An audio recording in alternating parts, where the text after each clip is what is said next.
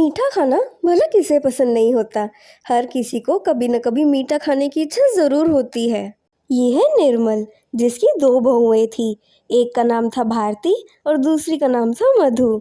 मधु की अभी नई नई शादी ही हुई थी, इसलिए आज उसका रसोई में पहला दिन है। मधु, आज तुम्हारी पहली रसोई है। तुम्हें मीठा तो बनाना आता है ना? हाँ मम्मी जी, मुझे हर टाइप की मिठाई बनानी आती है। मेरी माँ ने मुझे हर चीज़ बहुत अच्छे से सिखा रखी है। वो तो तुम्हारा हाथ का खाना खाकर ही पता चलेगा। ठीक है, आज के लिए तुम आटे का हलवा बना दो। निर्मल की बात सुनकर मधु किचन में हलवा बनाने के लिए चली गई। मधु अपने हलवे से अपनी सास को खुश करना चाहती थी। मधु, तुम्हें मेरी कोई मदद चाहिए क्या? अगर तुम्हें कुछ चाहिए तो मुझे बता दो, मैं तुम्हें दे देती हूँ। नहीं भाभी, मुझे आपकी कोई मदद नहीं चाहिए। मुझे हलवा बहुत अच्छा बनाना आता है। देखना, मम्मी जी जब इसको खाएंगी तो मैं उनकी फेवरेट बहू बन जाऊंगी। फेवरेट बहू बन जाओगी? तुम्हारा मतलब क्या है? मुझे पता है, मम्मी जी को मीठा खाना बहुत पसंद है। जब वो मेरे हाथ का हलवा खाएंगी तो मेरी तारीफ़ें ही करेंगी ना, और मैं उनकी फेवरेट बहू बन जाऊंगी। इस बात का आप बुरा मत मानना भाभी। अच्छा, तो ये बात है। नहीं मधु, मुझे किसी भी चीज़ का कोई बुरा नहीं लगेगा, लेकिन मेरा यकीन मानो, आगे जाकर तुम्हें फेवरेट बहू का किताब भी पसंद नहीं आएगा। आप ऐसा क्यों कह रही हैं भाभी? भला मैं खुश क्यों नहीं होंगी? इसका जवाब तुम्हें आगे के दिनों में मिल जाएगा। चलो, माँ जी को ये हलवा दे दो। मधु को भारती की कोई भी बात समझ ही नहीं आई। थोड़ी ही देर में मधु अपनी सास को हलवा परोसती है। निर्मल को वो हलवा इतना पसंद आता है कि वो उसकी 2-3 कटोरियाँ ही खा जाती है। मम्मी जी, आपको मेरा बनाया हुआ हलवा कैसा लगा? मैंने सही तो बनाया है ना?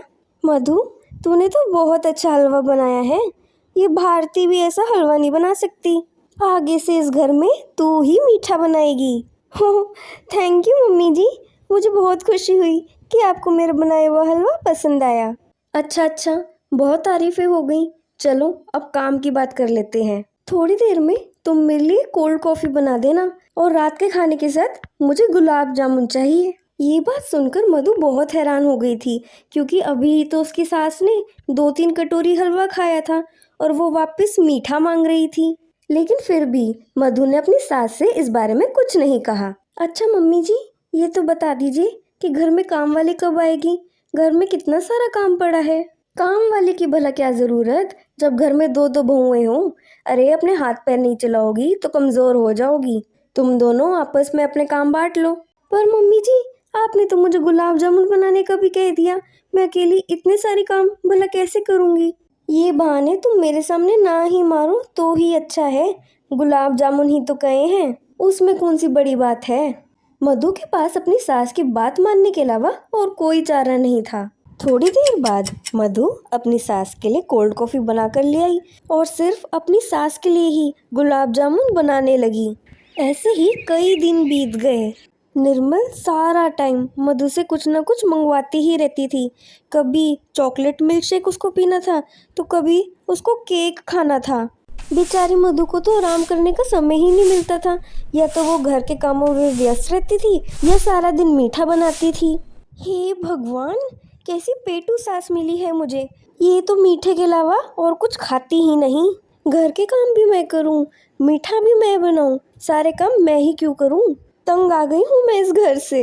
ऐसे ही शाम का समय हो गया था। निर्मल रात को क्या खाना चाहती थी, इस बारे में वो मधु से बात कर रही थी। मधु, आज मेरा मन रस मलाई खाने का है। रात के खाने के साथ यही बना दो। मम्मी जी, आज तो मैं बहुत ज़्यादा ही थक गई हूँ, पर आप चिंता मत कीजिए, मैं भी बाहर से रसमलाई ऑर्डर कर देती हूँ। तुम्हारे मायके वाले पैसे दे रहे हैं क्या, जो तुम बाहर से ऑर्डर करोगी? तुम्हारी जनरेशन की यही दिक्कत है, ज़रा सा काम करा नहीं कि थकान के बहाने शुरू। मैं कोई बहाना नहीं सुनूंगी। रसमलाई तो तुम घर में ही बनाओगी। अपनी सास की डांट खाने के बाद मधु के पास अब कोई चारा नहीं बचा था। थक हार कर वो किचन में खाना बनाने के लिए चली गई। क्या हुआ मधु, आज तो तुम्हारा चेहरा बहुत ज़्यादा मुरझा रहा है। भाभी, आप मुझसे पहले इतनी पेटू सास को कैसे झेलते थे? जब देखो सारा दिन मीठा मीठा। इंसान हूँ, मशीन थोड़ी जो हर चीज़ फटाफट कर दूँ। पर तुम तो माँ जी की फेवरेट बहू हो ना। नहीं, मुझे कोई फेवरेट बहू नहीं बनना। भाभी, आप मीठा बनाने में मेरी मदद कर दीजिए ना। मम्मी, आपको मीठा बनाने को क्यों नहीं कहती? तुम्हारे आने से पहले मैं ही भर भर के मीठा बनाती थी। एक बार मैंने मना कर दिया तो लो, तुम्हें ही इस घर में ले आई। तब से मुझसे तो अच्छे से बात भी नहीं करती। भाभी, मैं अकेले इतना इतना काम नहीं कर सकती। प्लीज़ मेरी मदद कर दीजिए। अच्छा बाबा, ठीक है। जब सास हम दोनों की है तो हम दोनों मिलकर ही झेल लेंगे। ऐसे ही कई दिन बीत गए। एक दिन निर्मल की तबीयत बहुत खराब होने लगी। उसके पूरे शरीर में दर्द हो रहा था और बार बार पानी की प्यास लग रही थी। और देखते ही देखते अचानक से निर्मल बेहोश हो गई। समय पर बात न करते हुए भारती और मधु अपनी सास को लेकर हॉस्पिटल पहुंच गए।